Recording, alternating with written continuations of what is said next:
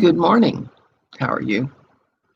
This is Emily Craig, and this is part 2 of a short series on the self-sabotage of the United States bureaucracy that has really almost nothing to do with the President of the United States.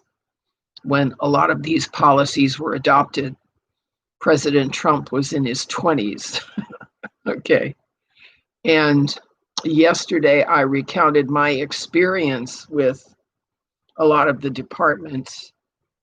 And today, I'm going to talk about the military ethics that are known to have been adopted by the feds as a faction, as a neocon faction of the US government. Back when I was in my 20s, during and immediately after the Kennedy administration, he was in from 61 to 63. The Iron Mountain Conference occurred from 1963, and after his JFK's assassination ended in 1967. And I'm going to give you 2 links to the Iron Mountain report. One is at YouTube, but YouTube has deleted and excised at least 6 copies of this Iron Mountain report that I know of. So I'm preparing another copy at NewTube, and I have a copy at Bright Eon, because this has become the standard for a certain faction of military behavior. And I know it is still in operation because a certain member of my family, who will remain nameless, reads this ethic back to me, namely, war is necessary, all right? There is nothing called either right or wrong. We simply respond to orders, all right?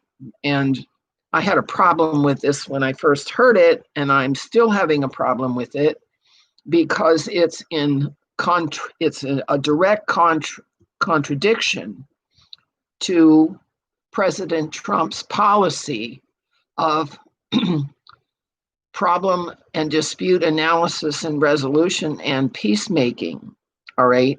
Not all of our government is devoted to peacemaking and has not been devoted to peacemaking since the 60s, all right? And DARPA and CIA are at the forefront of pushing a neutrality ethic that sees the function of military merely as a business, or as George Bush Jr. used to call it, a business.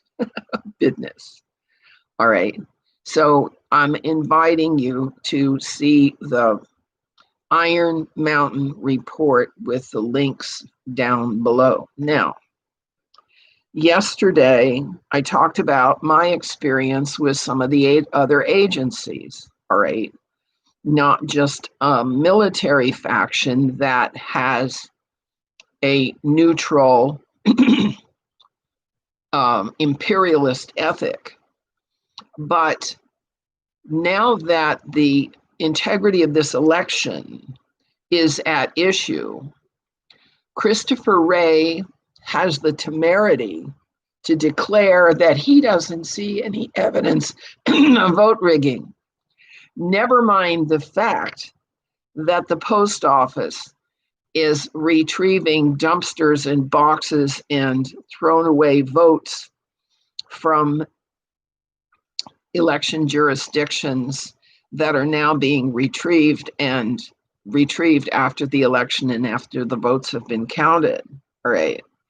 After Judicial Watch has repeatedly reported that in many states there are more registered voters than there are residents, or there are more registered voters than there are living people, okay? So there is plenty of evidence, despite what Christopher Wray, the FBI director, wants to allege, that election rigging is in play.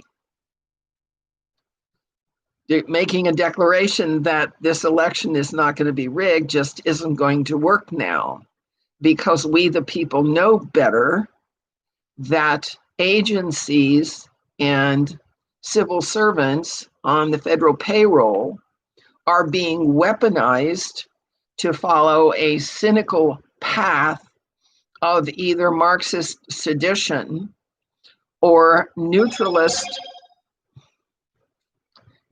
governance.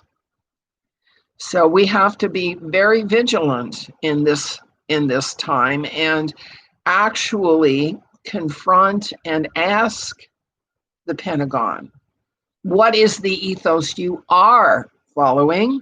Are you following the ethos of the founding members of the government who wrote up the Declaration of Independence and the Constitution? Or are you following the ethos of the Iron Mountain Conference, which says that war is necessary and it's neither good nor evil? We have to get that clarification from the Joint Chiefs of Staff and the Pentagon, and even from the generals themselves, because apparently there are many in the military who do not hold to the common law Constitution of the United States of America. They have another idea about ethics. Now, I also remember in the 1980s, during the Reagan administration, when at the U.S. Army War College, a colonel by the name of Michael Aquino redrafted the ethic of the U.S. Army to include torturing prisoners. All right. And that little tidbit has been known for a long time. And so the government does not have a uniform ethic.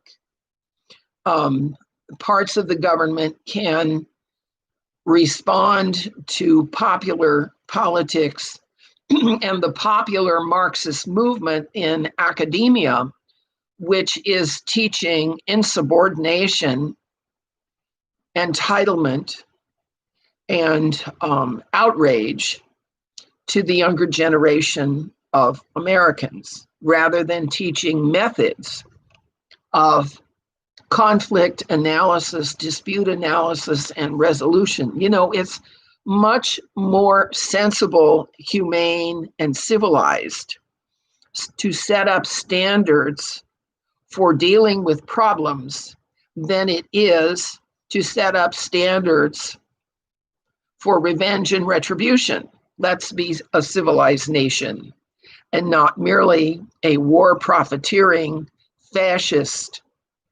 society. See what I'm saying? Thanks.